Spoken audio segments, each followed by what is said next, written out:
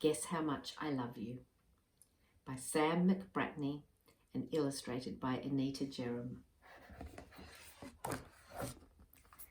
Little Nut Brown Hare, who was going to bed, held on tight to Big Nut Brown Hare's very long ears. He wanted to be sure that Big Nut Brown Hare was listening. "Guess how much I love you," he said. "Oh, I don't think I could guess that," said Big Nut Brown Hare.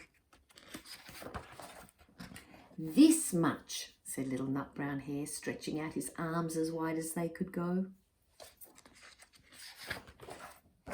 Big Nut Brown Hare had even longer arms. "But I love you this much," he said. That is a lot," thought Little Nut Brown Hare. "I love you as high as I can reach," said Little Nut Brown Hare.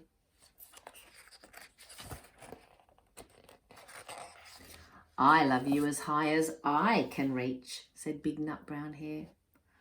"That is quite high," thought Little Nut Brown Hare. "I wish I had arms like that."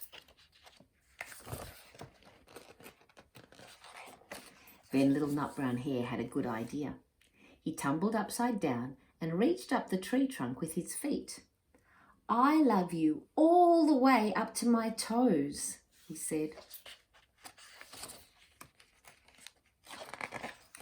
"And I love you all the way up to your toes," said Big Nut Brown Hare, swinging him up over his head.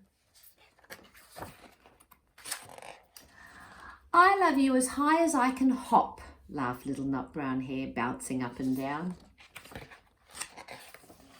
"But I love you as high as I can hop," smiled Big Nut Brown Hare, and he hopped so high that his ears touched the branches above. "That's good hopping," thought Little Nut Brown Hare.